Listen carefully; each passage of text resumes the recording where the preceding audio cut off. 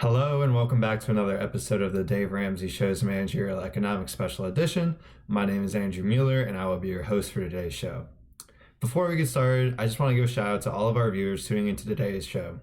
I'm sure you're bound to enjoy this episode. Today's topic is one that is near and dear to my heart. It's the belle of the ball, the one that's better than them all, the market structure that's smoother than butter and fresher than Drake's new album cover. I'm talking about the perfectly competitive market structure. This model is every econ student's dream, and in my opinion, it's simply the best. Now, let's dive in and talk about what makes a perfectly competitive market structure unique and the characteristics that define it. Alright folks, firstly, a perfectly competitive market is defined as a market structure in which there are so many buyers and sellers that each market participant is a price taker. Now with this definition in mind folks, let's go over the 5 characteristics that make a perfectly competitive market unique. The first characteristic: the market consists of many small buyers and sellers. We can think about this in the sense of an agricultural term or example, where there are many small sellers who each have their own individual farm stands, and many small individual buyers who are looking to buy their products. The second characteristic: all firms produce identical products. Again, we can think of this in an agricultural example, where these many small farmer stands are all selling the same product, whether it be corn or other agricultural commodities. The third: all market participants have full information about price and product characteristics. This means that the individual buyer has the complete information for every farm stand in the example we were talking about. They have full information available to them and there's nothing that they are missing.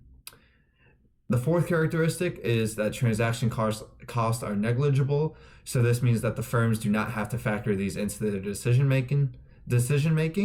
And the fifth and final characteristic is that firms can freely enter and exit the market. And this is an extremely important condition, as in the long-term equilibrium, this will result in zero net profit for all the firms. And this also means that there's very low barriers to entry, so it's very easy to enter the market. And if a firm is losing profits and producing under their ABC point or the shutdown price, they're able to exit the market freely. All right, now I know many of you are sitting at home right now and may be asking what a price taker is. Let me break it down for you. A price taker is defined as a firm that cannot set the price of the product it sells, since price is determined strictly by the market forces of demand and supply. This is because firms in a perfectly competitive market face perfectly elastic demand. Let me explain. So a perfectly elastic demand means that consumers are extremely price sensitive, meaning that even a 1% or a penny change in the price of a product is going to cause all of a farm stand's consumers to stop buying their product, resulting in them selling nothing. So what this looks like on a supply and demand graph is, instead of our typical demand curve that is sloping upwards, we have a perfectly horizontal demand curve in the perfect competitive model. It is also important to note that our demand is equal to marginal cost. Now folks, it's time to take a call. Let's go to the phones. We've got Chad from Nebraska. Chad, welcome to the Dave Ramsey Show's Managerial Economics Special Edition. What's going on? Hey Andrew, long-time listener, first-time caller. I'm a corn farmer, right? And I'm in what they call a perfectly competitive market. But I'm freaking out, man. Yesterday I tried to raise my price by 2 cents, and my customers disappeared faster than my ex after I told her I major in economics.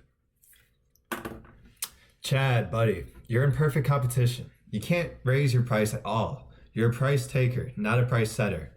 You have no control over the price that you set, and the market dictates what you will charge for your product. All right, fine. But I'm losing money. Yesterday, I calculated my profit and it was negative. Like my GPA after I took managerial economics. Okay, Chad, deep breath. Are you still covering your variable cost? Is your price greater than ABC? Yeah, it is. All right, well, that's good, Chad. So if your price is greater than your ABC, you're going to keep wanting to produce. You're still earning producer surplus, which means you can stay in business. You only shut down if your price drops below minimum ABC. So you're saying even if I'm not making profit, I can still operate? Yes, Chad. Welcome to the world of economics. Your goal right now is to survive, not to thrive. Okay, one more thing. My cousin told me to watch what other farmers do so I can stay competitive. Chad, no. Wrong market structure. In perfect competition, firms don't watch each other.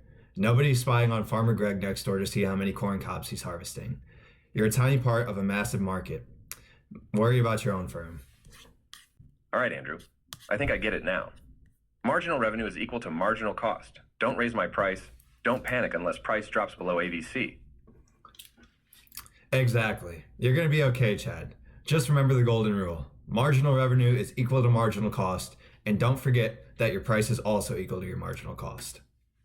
All right, folks, that's all we got time for today. Thanks for watching today's special episode, and I hope you've learned more about how a perfectly competitive market functions.